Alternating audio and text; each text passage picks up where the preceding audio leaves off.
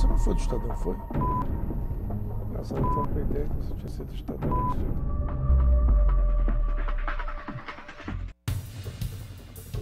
Agora a vinheta, agora sim.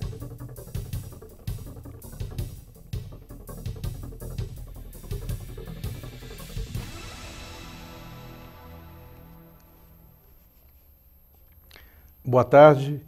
Em off de hoje, tenho o prazer de receber um jornalista que conseguiu ser o porta-voz da comunicação corporativa e também dos jornalistas, através de uma newsletter, Jornalista e Companhia, que é um negócio que difunde as ideias, o vai e vem dos jornalistas brasileiros, tanto os que trabalham em empresas corporativas quanto na grande mídia.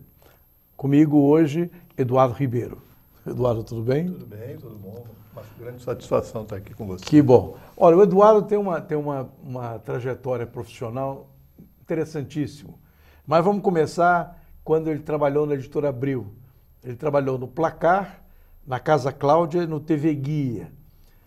Como é que foi esse primeiro momento seu, depois de estagiário, começar a trabalhar na grande Abril, quando a Abril não estava endividada como está hoje? Bom, trabalhar na Abril era o sonho de todos os jornalistas, né? Ela foi mãe de carreiras, aí, de milhares de carreiras, e era um sonho trabalhar na Editora Abril. E eu tinha esse sonho porque eu fui trabalhar na Abril como office boy. Não brinca? Foi meu primeiro emprego. Com 14 anos eu fui trabalhar e trabalhei 6 anos lá nessa área de tráfego, distribuir correspondência, pegava as revistas e entregava na mesa dos diretores. Como é que chama? A entrega era muito engraçada. Tinha um carrinho que ia distribuindo de redação em redação. Você tinha os envelopes e tal. Depois eu acabei sendo promovido e uma determinada época lá eu cuidei de uma área. Era supervisor, era menino, mas enfim, essas coisas que não eram tão estratégicas, né, os meninos podiam fazer. Então eu com, 17, 18 anos, eu acabei assumindo uma área que chamava Arquivo Morto e Arquivo Eterno. O Arquivo Morto todo mundo mais ou menos sabe o que é, são documentos que ficam por um período, né? Mas o Arquivo Eterno eram as publicações da Abril. Todas as publicações, 10 exemplares, eram separados e iam para esse arquivo, que hoje eu não sei. Não, virou o DEDOC. Não. Antes do DEDOC? Não é, porque o DEDOC é documentação. E esse arquivo não era para consulta, era para registro, era para guardar a história da Abril. Não era para consulta de nada. Você punha as revistas, elas iam para esse arquivo, ia acumulando. Então, depois que eu saí, obviamente, eu nunca mais entendi. Então, aquele ambiente que eu vivi por 6 anos acabou influenciando. Eu gostava de português, tinha um pouquinho de facilidade de escrever, não era um gênio, mas... Então, aquilo acabou me influenciando. Falei, acho que é por aqui que eu tenho que ir, né? E a primeira experiência foi na TV Guia ou Placar? Então, quando eu estava trabalhando lá, eu fui fazer a faculdade, entrei na faculdade, comecei a fazer a faculdade. Alves Penteado. Na FAAP, a Fundação Alves Penteado, e um dos colegas que também estava na minha classe, que era o Carlos Alberto Queiroz, ele trabalhava na Abril como um assistente, não como jornalista, como assistente. E a Abril tinha lá necessidades no domingo, porque a Placar fechava no domingo, de uma turma de freelancers que ia para ajudar a fechar. E ele falou, tem uma vaga lá, você não quer? Mas era vaga de datilógrafo, não era de nada. Você recebia os telex, datilografava, que não tinha internet, essas coisas, para fazer o fechamento. E ali eu comecei, então, a minha relação mais direta com as redações. E depois, aí, quando eu voltei, eu fiquei no Placar uns 2 anos, mas eu ia todo domingo. Era com o Patar e o Sérgio de Souza? Não, na Placar foi com o Jairo Regis. Jairo Regis já? Regis, E o Milton Coelho da Graça? Milton Coelho da Graça, não cheguei a pegar o Milton, não. Eu peguei mais o Jairo Regis, o chefe de reportagem era o Celso Quinjô, o Edil Rodrigues Vale era um dos editores. Era um dos editores. Eu era um dos repórteres. Mas o Edil acho que ficava no Rio, não ficava? Não, ficava no Rio era então, outra pessoa. Então não cheguei a trabalhar com ele. Mas eu fiquei ali 2 anos e eu só ia no domingo. No domingo eu saía 2 horas da tarde de casa e ficava até fechar meia-noite, 1h da manhã. E depois você foi para a TV Guia? Então, aí eu já como fazendo a faculdade e tendo essa ponte na Placar, aí eu tinha um amigo que é o Luiz Laerte Fontes. Sim, que era da Cláudia. Que era da Cláudia, que foi da Casa Cláudia, enfim, passou por vários por várias revistas lá, e a gente se conheceu nesse tempo que eu trabalhei de office boy e tal, porque teve um ano que a gente montou um time de ping-pong, eu vejo você, para disputar o campeonato do Sesc. E fomos disputar um campeonato de empresas, né? E aí fizemos um bom campeonato, fomos vice-campeões. Eu jogava bem, não era um bom atacante, mas era uma boa defesa. Fomos vice-campeões e ficamos assim, amigos um pouquinho. E um dia eu não estava mais na Placar, estava na faculdade e encontrei o Luiz Fontes na faculdade, na FAAP. Ele tinha ido lá porque ele estava fazendo um curso especial, um curso de especialização em televisão, porque Abril ia lançar o TV Guia. E a gente se encontrou por coincidência e ele me convidou para ir tomar um café com ele. Então lá ele me deu a oportunidade de fazer um teste.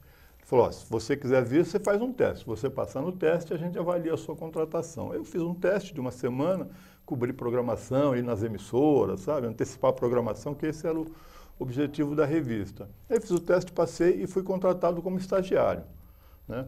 E na sequência a revista não deu certo, a revista não vingou. Foi uma redação. Foi para substituir a Intervalo. Foi, uns 2, 3 anos depois. 2, 3 anos que o Intervalo tinha acabado. Tinha acabado, eles lançaram a TV Guia, inspirada na publicação americana TV Guide. Mas não deu certo aqui, porque era fazer um guia de TV num país que só tinha uma emissora na época, que era a TV Globo. Então, ninguém precisava de guia, né? Ela durou 6 meses e aí o próprio Fontes acabou me conseguindo uma colocação na Casa Cláudia.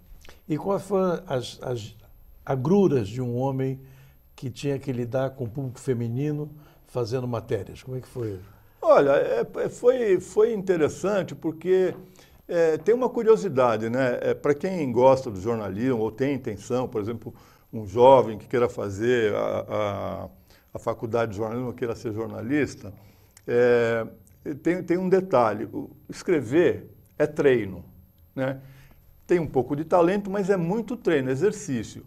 E quando eu fui para Abril trabalhar na TV Guia e depois na Casa Cláudia, tinha uma curiosidade, porque eu fazia uma matéria por mês, né? Quando muito, uma matéria e meia, 2, ou seja, eu tinha um tempo imenso para fazer as matérias. Então, e começo de carreira. Então eu fiz um estágio ao contrário. Eu fiz um estágio onde o treino não havia. Então eu sofria muito para escrever. E isso acabou, de certa forma, sendo uma dificuldade que eu tive que superar depois, né? Então eu falo isso porque quem vai para o jornal, quem pega um jornal, tem que escrever todo dia, toda hora, tem horário para fechar. Agora com a internet, então, você tem que sair do lugar, você escreve no lugar já, passa para o telefone, já escreve, já põe no ar. E é uma agilidade muito grande, que no tempo em que eu fiz faculdade, você tinha essas alternativas. Claro. Então, para mim, acabou sendo... Você aí vai para a assessoria, você vai para a editora Pini, para a revista Construção, que era uma revista especializada para a área de construção, engenharia. Depois você passa pelo Grupo Vilares, Sindipeças, Arteb, Casa da Imprensa. E essa relação que você tem com a área de assessoria de imprensa, na época a assessoria de imprensa era vamos dizer, um emprego de segunda linha. Isso. Faz com que você descubra que dá para ter qualidade de vida, salário e vida digna na área de assessoria de imprensa. Isso quando você era um dirigente sindical do Sindicato de Jornalistas. Como é que foi essa transição para você descobrir que esse mercado existia? Bom, falando de faculdade, a gente está falando do final dos anos 70 do século passado, estamos falando do processo de redemocratização. Então havia uma efervescência no movimento sindical, dos estudantes, e eu acabei me integrando, né, que fui descobrir a política nesse momento, e aí começo a militar no sindicato, começo a me aproximar e tive essa mudança de trajetória profissional. Fui para a assessoria de imprensa, porque eu não tinha grande conhecimento em redações e tal. Eu tinha que buscar emprego onde ele tinha, né? E apareceu a oportunidade na Vilares, eu fui para a assessoria de imprensa. E aí, obviamente, fazendo uma militância, qual era a minha base? A minha base eram os assessores, né? Quem eu estava me relacionando. Então, eu passo a fazer campanha para ganhar a eleição do sindicato, junto a essa área, a gente ganha a eleição e eu assumo a coordenação da comissão de assessoria de imprensa. Então, isso me dá primeiro me torna uma obrigação, né, de você mobilizar essa área, e segundo, me dá um conhecimento muito grande desse mercado, né, em termos de oportunidades, de dimensão. E aí eu começo vou para a assessoria, fico na assessoria e começo a fazer um trabalho muito de organizar encontros, né, de Seminários, né, e acabo ficando, vamos dizer, mais especializado, não na assessoria de imprensa propriamente, que eu fazia Sim. também, mas na organização dessa área. Não, nessa época, só para lembrar, a gestão do Audálio Dantas, houve a crise na imprensa de São Paulo e a assessoria de imprensa surgiu como grande oportunidade para as pessoas sobreviverem. Mas havia um preconceito do jornalista com a assessoria de imprensa. E aí, quem mudava para a assessoria de imprensa sofria muito na mão dos colegas. Até que o trabalho que você e o Audálio fizeram tirou essa chancela negativa do assessor de imprensa e a imprensa começou a trabalhar do ponto de vista informativo com a assessoria de imprensa. E aí aprender que a assessoria de imprensa era um mal necessário e que havia assessores de imprensa de qualidade e aqueles também que não tinham qualidade. E aí há uma mudança no panorama geral.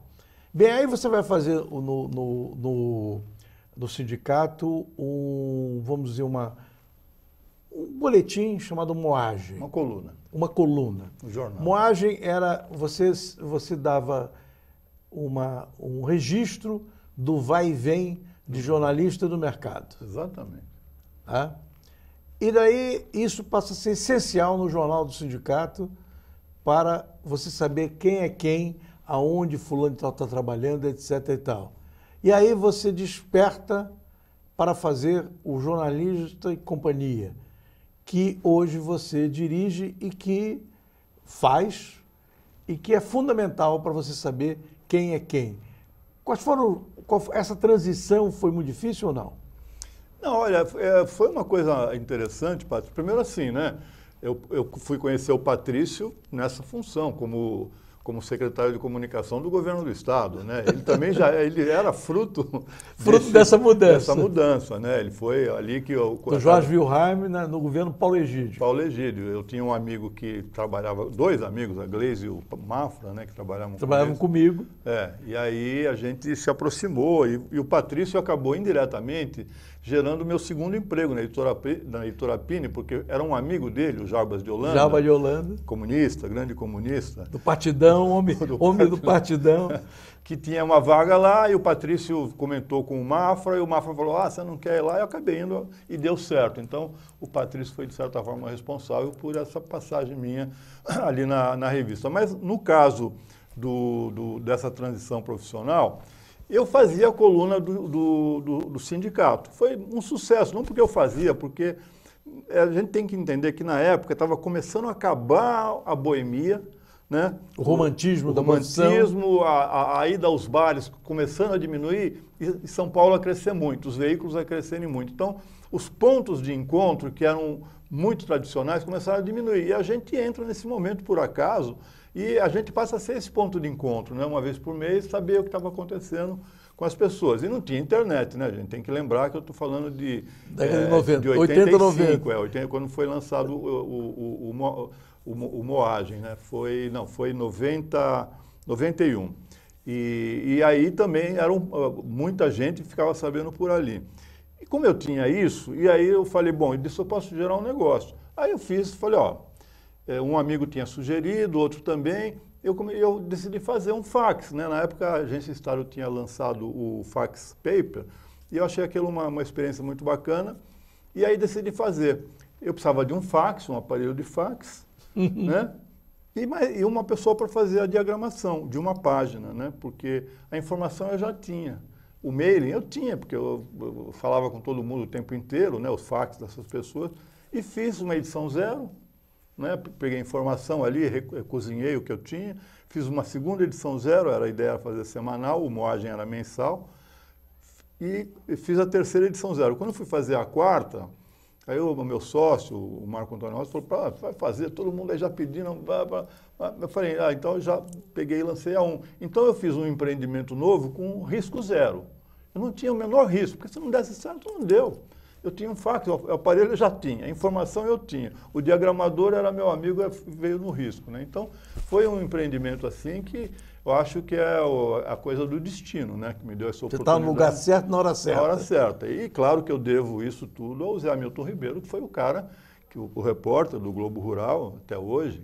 Que foi da realidade. Que foi da realidade, que foi o cara que me obrigou a fazer aquela coluna no sindicato, porque ele ia editar o jornal e falou, você vai fazer essa coluna aqui. Nem me perguntou se eu queria.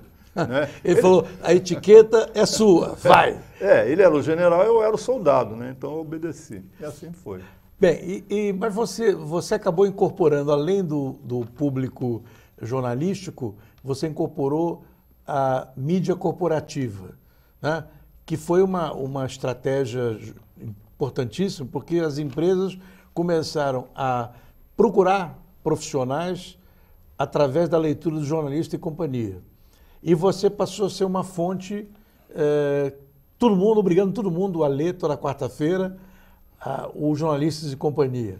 Mas, em alguns momentos, você antecipou informações e criou alguns casos interessantes. Lembra alguns casos desses que aconteceram? Bom, teve o caso da Playboy. Um dia a gente tinha uma informação de mudanças na equipe, saiu o editor-chefe, o redator-chefe, e muitas vezes a informação chegava assim, tipo 7 horas da noite, a gente fechava e circulava na madrugada, né?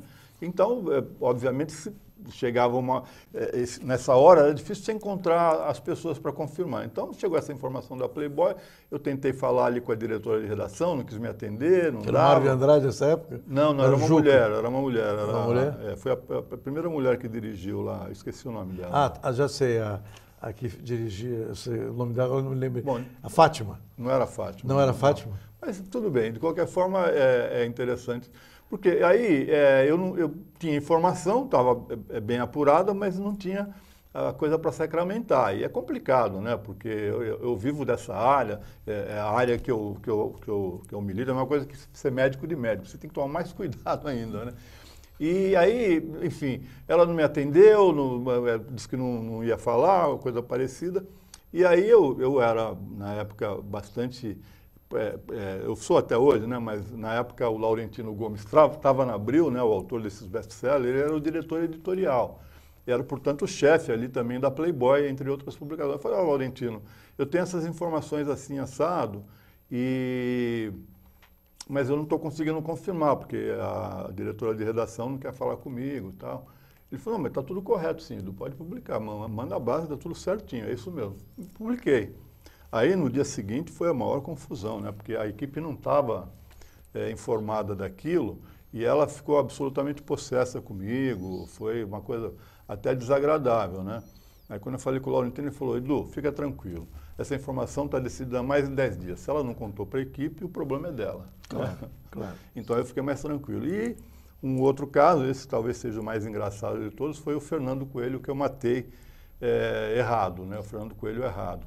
Morreu um Fernando Coelho, um amigo comum nosso, Paulo Vieira Lima era meu sócio na época, chega às 11 horas da manhã, era o dia de fechamento, você soube que morreu o Fernando Coelho? Falei, imagina, pô, tive com ele faz 3 semanas, né, na Assembleia Legislativa. Não, morreu. Bom, enfim, a gente tinha um banco de dados de fontes de informação na empresa que é a Mega Brasil, né? Fomos atrás da informação, pegamos o telefone do Fernando Coelho, ligamos, tinha morrido o Fernando Coelho. Era o Fernando Coelho que tinha trabalhado na Assembleia, portanto, as informações... Era jornalista, né, Assembleia, eu liguei para lá e consegui falar com familiares, né, me expliquei o que tinha acontecido, a pessoa, sim.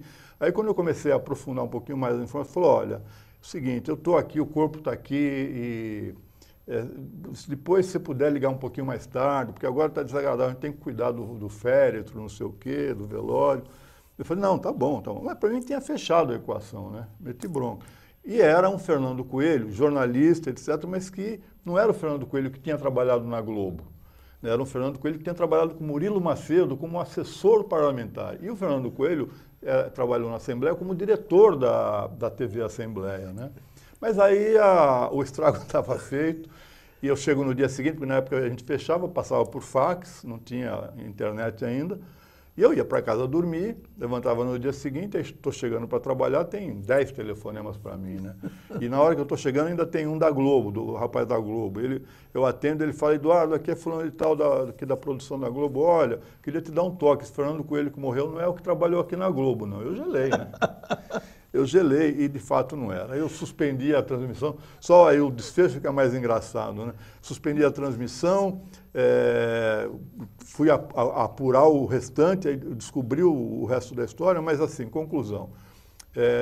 Me liga uma amiga, Dina Mêndola, me deu o maior esculacho que eu tomei na vida, falando que eu era um irresponsável, aquilo não se fazia, que de manhã todo mundo na Globo chorando, as pessoas chorando, né, porque tinha morrido o Fernando Coelho.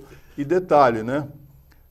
A Globo mandou coroa de flores para o velório, mandou equipe de reportagem, porque foi o cara da equipe que ligou para a Globo e falou, ó, Fernando Coelho que está aqui não é o nosso não, né?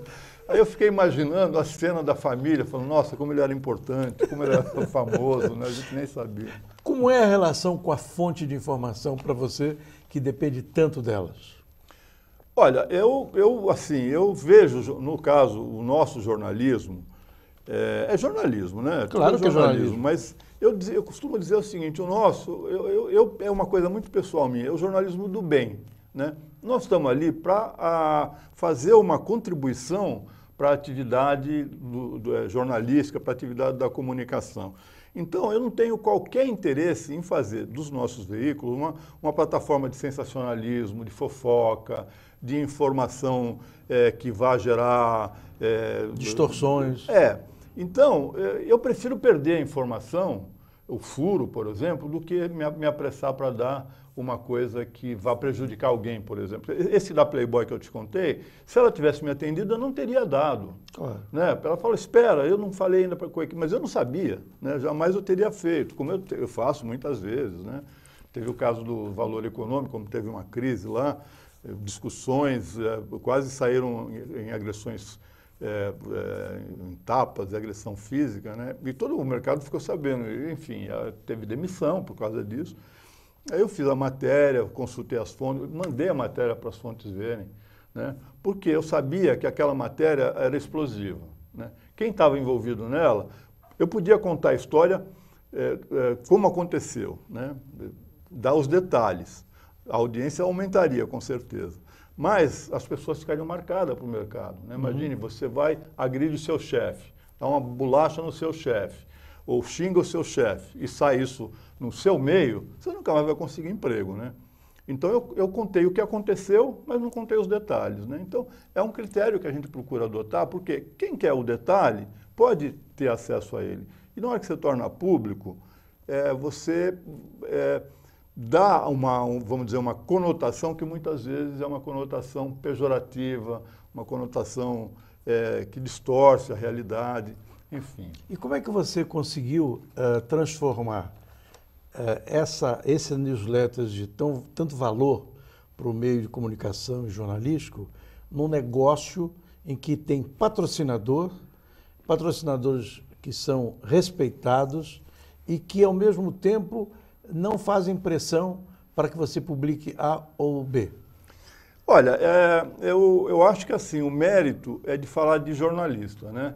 O jornalista, hoje menos, viu, Patrício? Hoje a gente sabe que o jornalismo passa por uma fase difícil, decrescente. Então, eu acho que felizmente a gente está até pegando uma curva ascendente, mas passa uma fase difícil. De qualquer modo, o jornalista é um público formador de opinião. As empresas olham com muito... Por isso que tem esses departamentos de relações públicas importantes e tal. Eles têm um interesse muito grande em formar uma imagem positiva com os jornalistas, né? E como a gente fala diretamente com os jornalistas, e essas empresas têm, de certa forma, uma cultura de apoio institucional, a gente foi se aproximando e foi sendo bem recebido. Hoje está difícil também para nós. Nós estamos passando aí 3, 4 anos com, enfim, outras mídias chegando, as verbas se dividindo, e a gente é uma empresa pequena, não é um custo enorme, mas sem esse apoio a gente não consegue sobreviver, né? Mas eu acho que assim, a força vem do produto jornalista, né? Dos veículos, de você fazer a sua imagem, na hora que você discute agora, para discutir no fake news, né, essa coisa tão importante que impacta as empresas. Então, as empresas querem um jornalismo sério, querem um jornalismo poderoso, né, porque isso ajuda também no processo de consolidação da economia dos negócios. E como é que você conseguiu, teve o vislumbre de montar a Mega Brasil depois? Porque a Mega Brasil é uma empresa que trabalha com o universo corporativo, lançou, por exemplo, os protagonistas do jornalismo brasileiro, que um deles foi o Dário Dantas e tem outros que vocês... Como é que surgiu essa mudança de eixo? Não, então, assim, são duas empresas, né? O protagonista também é dos Jornalistas e Companhia. Aí tem o painel, o portal do jornalista. Tem o portal do jornalista. Então, assim, para facilitar, são duas empresas. Uma olha o jornalista. É o Jornalistas e Companhia, o portal dos jornalistas, os protagonistas, tudo olhando os jornalistas, que tem como leitor, público-alvo, o jornalista e o cara da comunicação que quer saber o que está acontecendo aqui, porque ele tem uma ligação direta, né? Eles têm uma relação muito grande. A outra é a comunicação corporativa. Esse olhar da comunicação corporativa eu tenho através da Mega Brasil, que é discutir os problemas da assessoria de imprensa, das relações públicas, né? Então, ali a gente tem o Congresso de Comunicação, nós temos um anuário de comunicação corporativa, a gente faz o ranking das agências de comunicação, fazemos os seminários, tem uma rádio, né, que é uma rádio online também, que é focada em comunicação corporativa, né? Então, esses dois públicos se falam, né? Mais do ponto de vista de produto. Então, quando vem, na Mega Brasil eu tenho sócio, no Jornalistas e Companhia eu não tenho sócio, né? Mas quando chega alguma demanda para mim, a primeira coisa que eu olho, essa demanda para quem que é? É para o jornalista? Então eu trago para o jornalista e editor. Essa demanda o que é? Comunicação corporativa? Então eu levo para a Mega Brasil, né? Porque você tem que alimentar as duas empresas, né? Sim, senão não dá. E a Abracom, como é que surgiu a Abracom? Bom, a Abracom, que é a Associação Brasileira das Agências de Comunicação, você tem historicamente, né, quem está na estrada como nós há bastante tempo, historicamente a gente vê que os movimentos de organização, sobretudo da área de relações públicas e comunicação corporativa, foram muito dispersivos e acabaram perdendo vigor, né? Você tem o CONREP, que é o Conselho de Relações Públicas, é uma autarquia, você tem a Associação Brasileira de Relações Públicas, e essas entidades tiveram altos e baixos, né? Mas nunca conseguiram uma grande adesão do mercado, né? E representatividade. E representatividade, né? E lá pelas tantas, né, a gente já estava organizando pela Mega Brasil o Congresso de Comunicação e já tinha uma grande penetração nesse universo. A gente era muito, vamos dizer, a gente tinha uma relação muito forte com o mercado, era muito bem visto com o mercado, e a gente já fazia o Congresso de Comunicação. E o Congresso era o ponto de encontro mesmo, 400, 500 pessoas, ali rolava tudo. E eu tinha percebido o seguinte, que todo esse movimento... Eu acabei abraçando uma tese que era assim, por que ele não dava certo? Por que começava, ia e depois caía e desaparecia? Porque eles eram, primeiro, movimentos corporativistas, eles estavam lá para defender o profissional. Segundo, eles não eram profissionais, eles eram voluntários, né?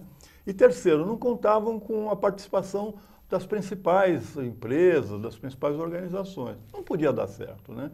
Então, né, no nosso congresso, um belo dia, eu estava ali conversando com dois colegas, o Luiz Lanzetta, que era um dos diretores da CDN, e o Marcos Trindade, que era um dos diretores da FSB, e começou essa coisa, porque o mercado está uma bosta, desculpe, gente, está predatório, né, os caras vão lá, pegam conta de graça, e era uma queixa muito grande entre todos, né, dessa coisa de disputa de mercado. Falei, olha, não tem jeito, ou a gente se associa, cria uma associação, né, ou vai continuar isso indefinidamente, né, um mercado sem representatividade, sem conhecimento, em que ninguém sabe de nada.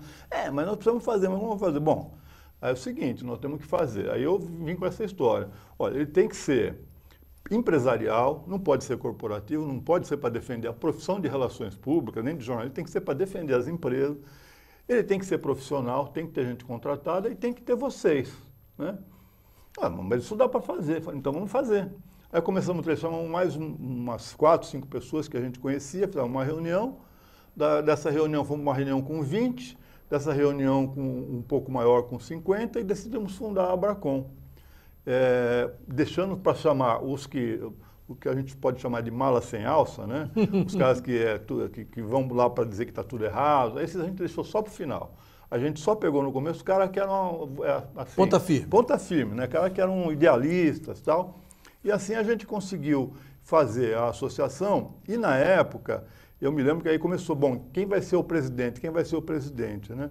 E a pessoa assim que mais era, que foi, digamos assim, votada, era a Rosana Monteiro, que era a diretora da Ketchum, né? Ela foi a escolhida, mas ela não quis, né? Não, eu não quero, eu prefiro ficar na diretoria, mas ficar mais na retaguarda e tal.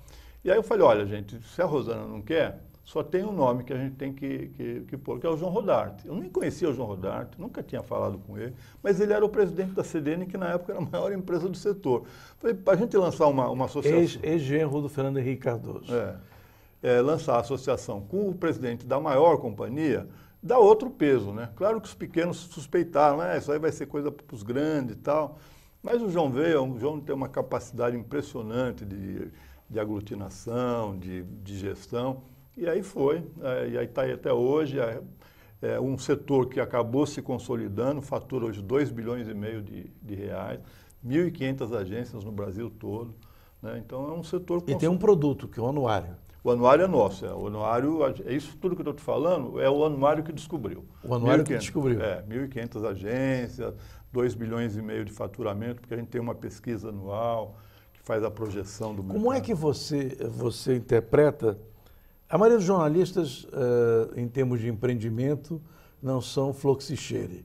Eles não conseguem, são idealistas, românticos, brigam pela notícia, mas eles não conseguem fazer essa relação entre a notícia e o negócio. Como é que você explica essa tua faceta que deu certo? Bom, eu explico talvez de duas formas, né? Primeiro, tem que entrar na cabeça que dinheiro não é pecado, né? Ganhar dinheiro não é pecado, e jornalista tem muita dificuldade, e eu tinha muita dificuldade, porque minha mãe dizia, né, quando eu, desde pequeno, ela era muito católica, fervorosa, que dinheiro era uma coisa suja, né? Que você tinha que pegar no dinheiro e lavar a mão, porque dinheiro era uma coisa suja. Quer dizer, você já coloca na cabeça que dinheiro é uma coisa suja. Para mim, era mais ou menos isso, né? Até que, através de cursos de neurolinguística, não sei o que e tal, mudei completamente minha cabeça, e você vê que sem o dinheiro você não consegue a sobrevivência, e tem que ser, claro, fazer uma coisa decente, ética, etc., né? E a segunda coisa, assim, eu estava no sindicato e assumi lá, eu fiz uma proposta para o sindicato para cuidar da área comercial do sindicato. Na época que estava o FON, depois o Everaldo Gouveia, Antônio Carlos Fon, que foi presidente, eles aceitaram, eu não tinha salário nem nada, eu ganhava por aquilo que eu produzia, né? E em 6 anos, a gente levou para o Sindicato dos Jornalistas, nesse tempo que eu cuidei lá da área comercial, a gente colocou dentro, para o sindicato, $1 milhão. $1 milhão. E olha lá, que é um grande dinheiro. E fora o que a gente ganhou, a gente ganhava, né? Isso era a comissão que a gente dava o produto para o sindicato, dava uma parte da receita para o sindicato, ou seja, os associados ganhavam os guias que a gente fazia, foram vários, né? E aí eu pensei comigo, bom, se eu faço para o sindicato, por que eu não posso fazer para mim? Porque eu era muito bom para fazer para os outros, mas eu era muito ruim para fazer para mim. E nesse processo de virar a cabeça, eu falei, não, eu tenho que fazer para mim. Então, é você desmistificar a questão do dinheiro, porque o jornalista tem essa relação de que capitalista... Eu não sou capitalista, longe de mim, eu sou um cara mais da social-democracia, por aí vai. Mas, de qualquer forma, você tem muito essa coisa da contestação, e aí o jornalista ele não se prepara para isso, né? Então, acho que as novas gerações estão um pouco melhor, mas as gerações da minha para trás têm uma grande dificuldade. Achava mesmo. Que tem que virar chave. A redação era o ápice, a empresa não interessava, quando eles deviam ocupar a empresa. Nós estamos terminando o nosso tempo, mas eu queria que você desse um seguinte recado. Como é que você capta a tendência nesse mercado tão difícil, um país com um crescimento ruim, desemprego, empresas em dificuldade? Como é que você vê a atividade jornalística hoje com essa loucura de novas fontes de informação e a descrença do papel impresso, que no mundo não acontece, mas no Brasil acontece? Bom, eu acho que a gente perdeu a autoestima, né? Só você olhar, claramente os veículos se precipitaram, entraram em canoas furadas, né? Politicamente, jornalisticamente, né? Isso é uma realidade. E isso teve um desdobramento, obviamente, que foi a perda da relevância dos veículos de comunicação e, por consequência, a perda da autoestima dos jornalistas, que eu me lembro até hoje de ver o Anselmo Góes falar em qualquer lugar que ele vai, que a coisa que ele mais gostava é quando chegava no hotel, o cara perguntava, sua profissão, jornalista. Eu me enchia de orgulho e tal. Hoje o Anselmo certamente continua orgulhoso, porque ele é um cara diferenciado e tal, mas esse orgulho de ser jornalista é uma coisa que ficou um pouco no passado, né? Essas coisas do pertencimento, de você fazer parte de uma coisa que é transformadora, né? Inovadora, ousada. Quando você veio lá para a faculdade, você vinha porque você queria transformar o mundo, e o jornalismo era uma forma de transformar o mundo. E aí o jornalismo passou a não transformar mais o mundo, passou a ser vamos dizer, um defensor do status quo. E isso, de certa forma, desestimulou. Mas eu acho que isso é um ciclo, né, que está acabando, né? Na minha visão, nós estamos conseguindo redescobrir essa coisa do pertencimento, da valorização, a coisa do fake news abalou demais o jornalismo e fez o jornalismo, de certa forma, chacoalhou, né, os veículos, chacoalhou a atividade, a sociedade, sobretudo, porque a sociedade é importante nesse processo, né? E aí, quando você vê uma Folha de São Paulo contratar Ricardo Couto e Paulo Marcum, que são dois veteranos, né? A palavra veterano é complicada, mas são dois dos mais experientes e brilhantes jornalistas brasileiros na faixa dos 70 anos, né? De 70 para 80. Alguma coisa aconteceu. Alguma coisa aconteceu. Claro que não é para você trazer os velhos, né? Mas é assim, tem que trazer a competência, a qualidade para o jornalismo, porque é isso que a sociedade quer e precisa, né? Bem, nós tivemos o prazer de receber o Eduardo Ribeiro e aprender um pouco com aquele que esteve sempre olhando com uma lupa a atividade profissional de um lado e de outro e que deixa aqui o seu recado para as novas gerações. Na próxima sexta-feira, às 15 horas, você terá um outro em off com outro protagonista como o Eduardo Ribeiro. Muito obrigado e até lá.